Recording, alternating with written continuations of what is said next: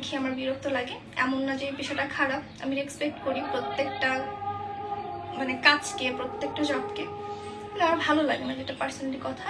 আর WhatsApp number, এভাবে তো WhatsApp number দেওয়া যায় না কোনো।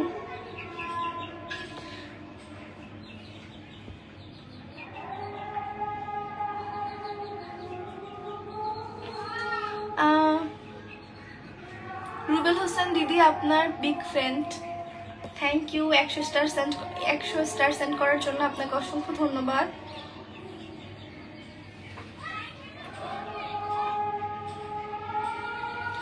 স্বামী সবুজ তালুকদার, স্বামী স্ত্রীর মহব্বত নিয়ে কিছু কথা ভিডিওকে তুলে ধরবেন, সেটা আমাদের জন্য অনুপ্রেরণা হবে। আগে নিজের লাইফে সুখী হই, এরপর অন্যকে জ্ঞান দিব। আগে নিজের লাইফে সুখী না হয়ে, নিজের লাইফে পারফেক্ট না হয়ে তো জ্ঞান দেওয়া যাবে না, তাই না? শুধু জ্ঞান দিয়ে দিলেই তো হবে না।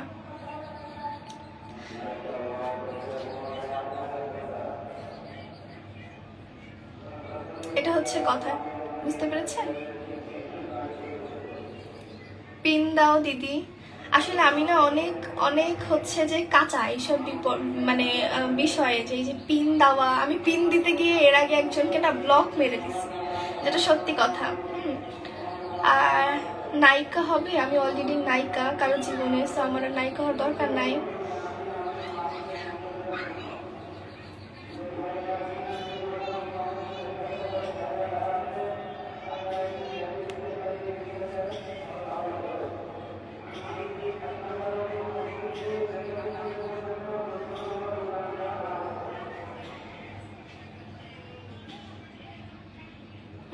একজনে লিখেছে বুয়া হয়ে গেছো। বুয়া তো হবই, নিজের বাসায় কাজ করি তো বুয়া তো প্রত্যেকটা মেয়ে।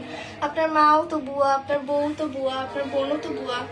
এবং যেরকম আপনি তো আমার থেকে অনেক সিনিয়র হবেন, সো আপনিও তো বুড়া হয়েছেন, আপনারও তো বয়স বেড়েছে, আপনিও তো কামলা দেন, যেমন বাজার করেন, সো এটা তো কামলাই হয়, তাই না?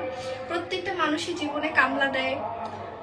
আমরা যেরকম হচ্ছে নিজের বাসার বেসিন কেনা ক্লিন করি, সো নিজের বাসার সব কিছুই নিজে ক্লিন করি, তাহলে হচ্ছে তো বুয়া তো এটা তো স্বাভাবিক একটা বিষয়। এবং যদি আপনি আমাকে বুয়া বা আপনার থেকে বড় বানান, তাহলে রেসপেক্ট দিয়ে কথা বলবেন। আপনি যদি আমাকে আপনার থেকে বয়স্ক প্রমাণ করার চেষ্টা করেন, আমার কোনো সমস্যা নেই, আমি আপনার থেকে অনেক সিনিয়র, ঠিক আছে? সো বেদপের মতো, অশিক্ষিতদের মতো বাপ মা যেহেতু আপনাকে শিক্ষা দিয়েছে, সো সেই বাপ মার সম্মানটা বজায় রাখবেন এবং হচ্ছে বড়দের সম্মান দিয়ে কথা বলবেন, এতটুকুই। আর যদি বলেন যে না তুমি আমার থেকে ছোট, তাহলে আমি সেটাই বলবো যে একটা অচেনা মেয়ের সাথে কিভাবে কথা বলতে হয়, সেটা হচ্ছে আপনার বাপ মা আপনাকে শিখিয়েছে।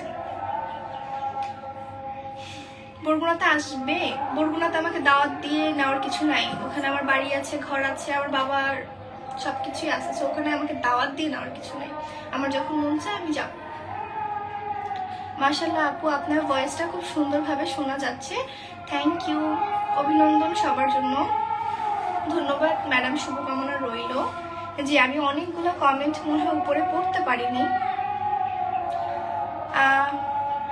আব্দুর রহমান 30টা গ্রুপে শেয়ার করে দিয়েছি দিদি ভাই, আপনাকে অসংখ্য ধন্যবাদ। তবে আজে বাজে কোনো গ্রুপে শেয়ার করবেন না, আমার এতটুকুই অনুরোধ।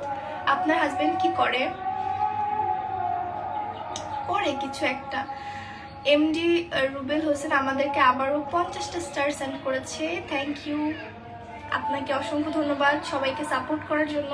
আসলে আমি এখন পর্যন্ত কাউকে ভাবে কিছু চাই নাই, মানে ওইভাবে মানে কিছু করতে পারিনি। ভালোবাসা অবিরাম ইটালি থেকে 20টা স্টার সেন্ড করেছে আমাদেরকে রেজাউল হক, ঠিক আছে? অসাধারণ লাইভ, থ্যাংক ইউ। তুমি কেমন আছো? জি আলহামদুলিল্লাহ ভালো আছি।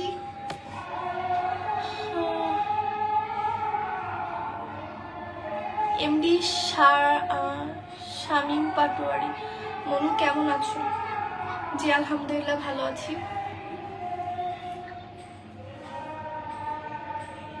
জি আলহামদুলিল্লাহ ভালো আছি। লাইভ করলে আশেপাশে শব্দ না হলে ভালো হবে। আমার বাসার প্রত্যেকটা জানলা দরজা বন্ধ করে দিয়েছি, কিন্তু বাসার খুব কাছে মেবি একটা মাদ্রাসায় হচ্ছে ওদের যে সাংস্কৃতিক অনুষ্ঠানগুলো হয়, ওইগুলা হচ্ছে, যে কারণে মাইকে সাউন্ড আসতেছে। কি খবর আপু, তোমার অনেকদিন পর দেখলাম। জি, অসংখ্য ধন্যবাদ। এখন তো তোমাকে দেখা যাচ্ছে না ফেসবুকে। জি, আস্তে আস্তে আমি অ্যাক্টিভ হব, সমস্যা নাই।